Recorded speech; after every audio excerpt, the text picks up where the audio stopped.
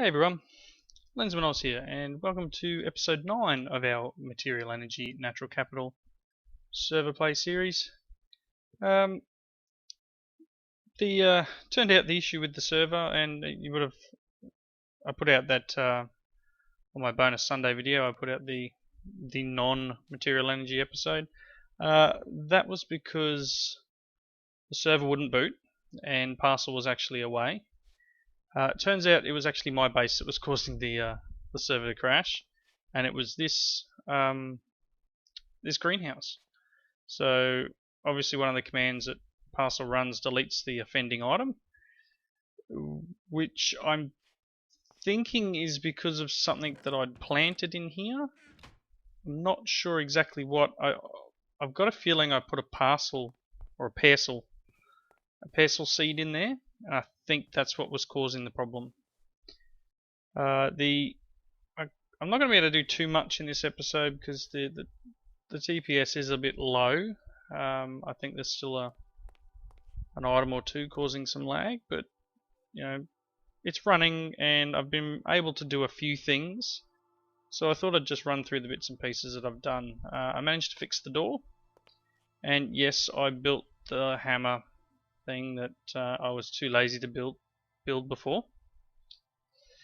I ended up having to break the two outer ones and then reapply them, and it would let me put the block on there to change the texture. I think I've shown that before. Yep. So not much else has happened up here. This greenhouse is still alright, the little one, and other people's greenhouses are fine. So as I said, I'm guessing it was just the item that I put in there. So the only thing I've done is I've moved my cactus seed over to here, so I've got a bit more cactus green dye coming in because I need that for the logistics pipes. So downstairs is where the main changes happen. And as I said, it's a little bit laggy. I do apologise for any stuttering. I've changed all the walls down here. It was looking a little dark with the with this reinforced stone on the walls. So I've changed it. These are just chisel technical blocks. I think both of them are. So that's rusty panel technical block, and this is sturdy, and I think it breaks it up really nicely. I mean, obviously I'm a little biased. I've spent the last while changing it over, and I still haven't finished the roof, and I'll get to that eventually. And then I decided to start changing the floor, and I did just have this strip of reinforced stone on the outside, but then I remembered from Ollie's base, he's got all these in the calculator mod is coloured stable stone, and that is just you can see all the colours here actually. So the stable stone is just two lots of reinforced stone together in a calculator. And what do we got? The colours is just that stable stone with the colour in the center. And you got these rimmed ones, which I'm guessing is just shapeless. Putting that block into a crafting grid. Oh, clear stable glass. So there's some nifty stuff in here. Some really good items to be able to do decorative stuff with. So this is the floor I've come up with, and I haven't finished. I've gotten most of this side and a bit to the corner there, and it's a lot of work, and some of it obviously goes under machines, and I've been using my swapping wand a lot. I've got to wait for my ore berries to grow before I have enough experience to be able to do what I need to. So obviously replacing this wall has changed a few things. Obviously I can't just jump through the wall anymore, so I do have to use the door more. I finished the floor off in here, and I've done a little bit of work around the logistics pipe network. Obviously a few more polymorphic item sinks, and there's actually a pipe that runs this way and goes down there. to that dark shape that has lighting issues. So I've made an immersive engineering crusher. So for those of you who don't remember, I did it in a few episodes back. It's in here under heavy machinery, a crusher. A little bit hard to see, the book's a little small, but you hold this up, it took 10 steel scaffolding, 11 light engineering blocks, which was a feat in itself, 8 steel fence, and 9 hoppers. The hoppers, steel fence, scaffolding, all fairly easy. It's when you got down to doing the light engineering blocks.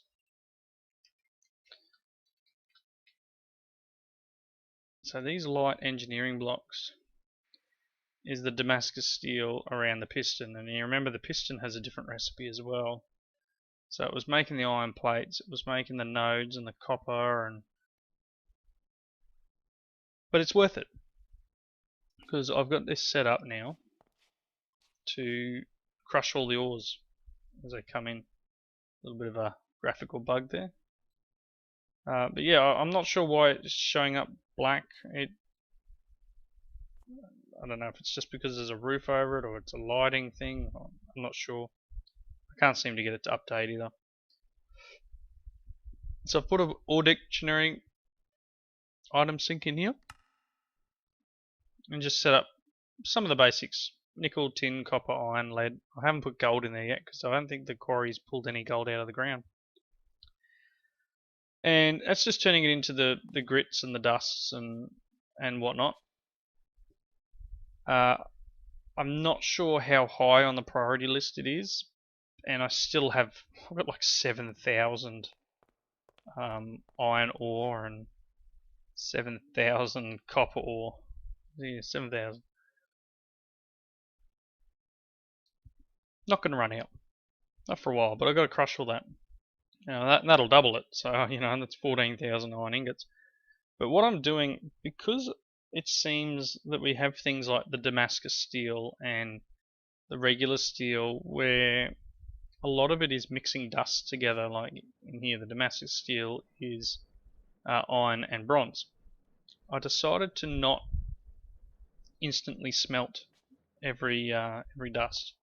So I put in these caches, and you can see there, copper grit, silver grit, that's all coming from that crusher, and they're going into these caches here.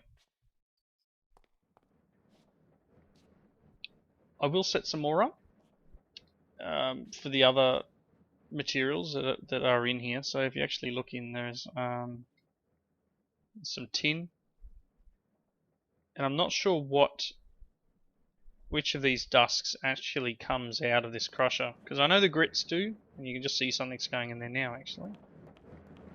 Obviously something just got picked up. What is this one? Come on, drop something else out. It's probably going to be tin actually. Yeah, pulverized tin. So there you go, there's the type of tin that comes out of this crusher. So I'll need to set up a cache, which I actually have one on me, I just don't have the other items I need. Set up a cache for the tin, and automatically store it.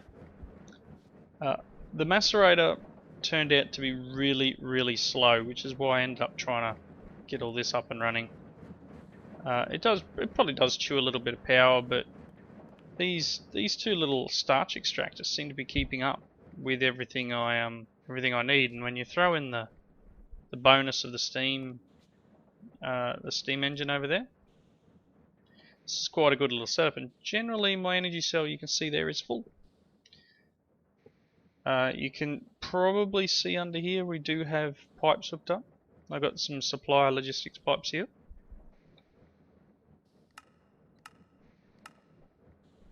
Oops, that should be on partial. Just set to keep 16 potato and 5 the anthracite coal, because we do seem to be getting heaps of that.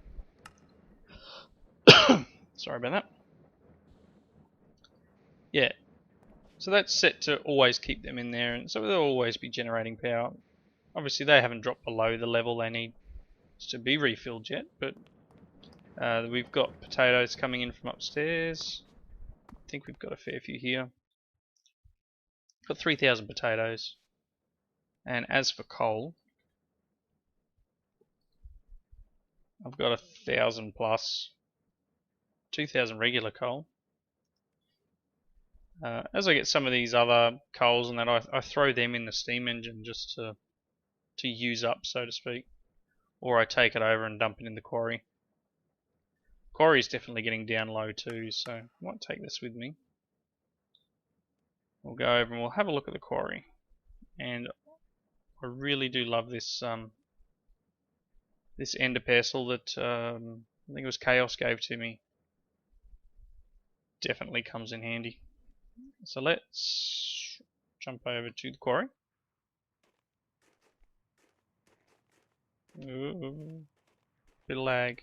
As I said, the server's having some small issues.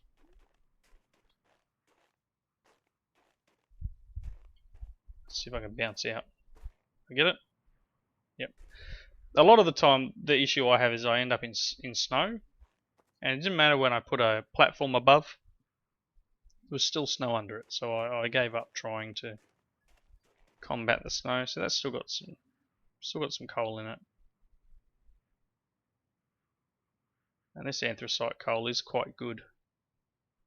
It's pumping the good 40 RF tick in. Getting lots of items. Let's break that because I'll probably need to come back up this way in a second. So one of the cool things with this is, just like any ender pearl, it allows you to teleport a distance. There doesn't seem to, I don't know why that doesn't seem to be any damage that you get from it, and because they've got 128 uses, makes it a lot easier to get around. So yeah, I took no damage with that. But what are we down to? We're down to Y44. I'm getting a lot of this anthracite. And I found another little pocket of metallurgy ores. And I was mining this out manually. But if you look here, the TPS is on 6. So ticks per second, 6 is very low. It should be at 20. So something is causing some problems. So I can't really show you too much today. I mean, you look here, that broke alright, but you know, there's definitely a delay between me breaking something and then it pops back up. And but anyway, these are things that you know, servers go through, and it is a testing mod pack. There are bits and pieces being added and removed each time Puzzle takes a look at the pack. So things will change before the final product comes out. There's work being done on the book. There's a new background for the book coming very soon, I hope. Because I've removed the multicolored one and just put the clear one in, so I can just look at the ground sort of thing and see it properly. But there's a nice, I think it's a purple color coming, or it may even be out by now time this episode goes out. But I haven't done too much more in regards to automating anything. It's just mainly the crusher and starting to get over here. Sorry, there was this other bit. I've started getting the auto crafting with logistics pipes, like I had, or like I have in the Space Astronomy series. Not too sure what I need to auto craft yet. I just decided to start making them. I do have the node set up, and I plan on perhaps doing one of the presses, or a couple of the presses maybe, with crafting pipes on them, so that I'm not sure if they'll attach actually. It could be an interesting thing to try out, whether I can put maybe a satellite pipe on the back here and then a crafting pipe underneath, and see if it'll actually work. they will take a while, but there's no other way of making the stone plates. So there is only the compressors, or the forging hammer. It is the only way of doing it. There is no other recipe for it. That's it. I did find that this is good for making some of these materials too. It's 2 iron plates and 2 stone plates, and you get any of your chisel blocks. You get 64 of them, which is very handy for decorating. So, as I said, I haven't got a heap done. I want to move all of these items out of here, and I want to get them into auto crafting and stuff like that. Yeah, not much more has happened back here, and it looks like that quest is only a single use, because not a lot has been done in this area. So that one there should probably be a multi-handed, but it's not, and this has no hand in. So A may be a way of going sometime soon, but I'm definitely not there. I've been looking at this progression page. Sorry, you probably can't see that real well. Even that's not the best. That's a little better. Trying to work out what's next to work out, and some of these haven't been finished yet. Like, I have a macerator. I don't know if I can pick that one back up now. I haven't done any of these ones yet.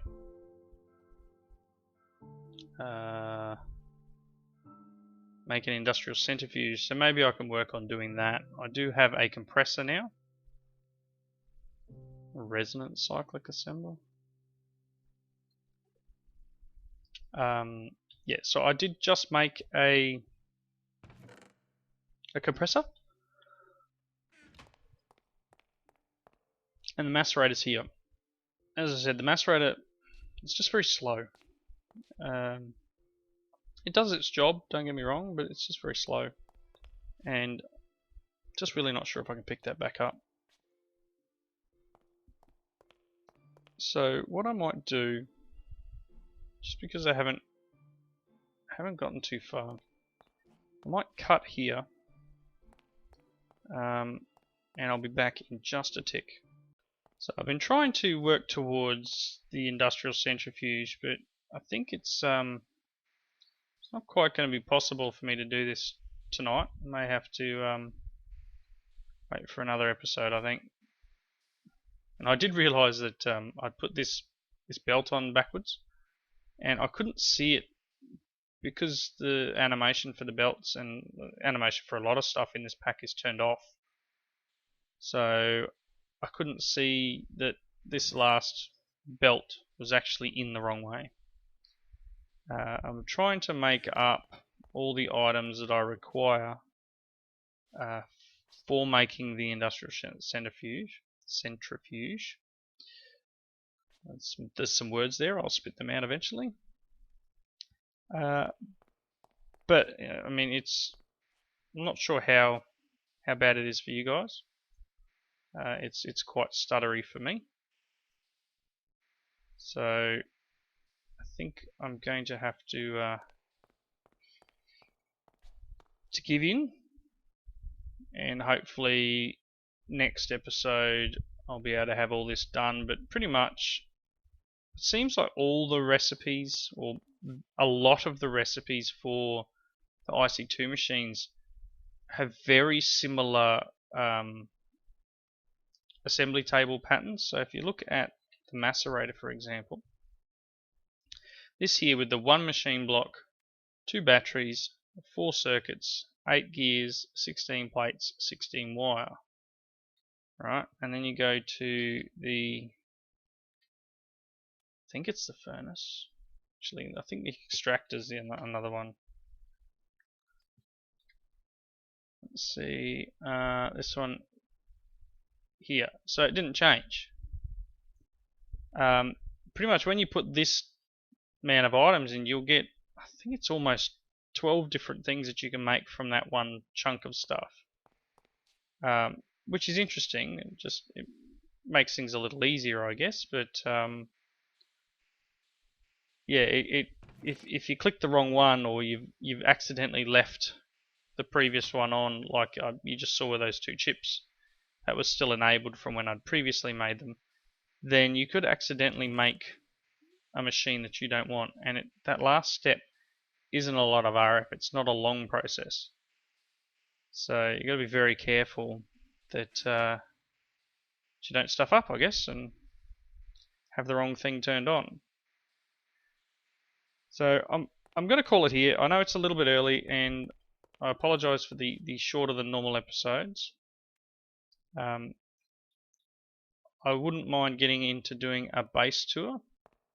I know where Dragon Breath lives now, and if you haven't watched any of Dragon Breath's video, he also records on the server. You need to go and check him out. I'll put his link in my description for this episode. Go and check out his videos and get another perspective, pretty much. You would have seen me tweet out some of his videos if you do follow me on Twitter, because yeah, it's always good to see how other people are building something. And I think he did a base tour in one of his last episodes, and I think it was Peach's base, and you can always get some ideas of how someone's done something. Obviously, you don't want to copy them, because there's no fun in copying someone's thing, but you know, the ideas it gives you on how to lay something out, or what item goes from what machine to the next. So I think this setup here with the furnaces and the stamping machines, or the forging hammers, is all fairly standard, because of the steps that's required to go from the dirt to coal coke. It requires this many coke ovens, and it requires that many forging hammers. It's just how it's laid out that's different. I think Peach has them all sunk into the floor, for example, so you don't see them. They're not taking up space. It's all part of the floor. So just, yeah, interesting to see how other people build their bases, and I'm hoping to get around to doing a base tour. So with that, I'm going to end the episode here. I hope you enjoyed it.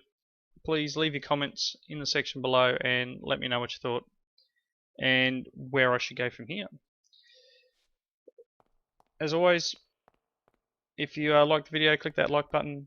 If you're new and haven't subscribed, hit that subscribe button and be notified when these videos go up.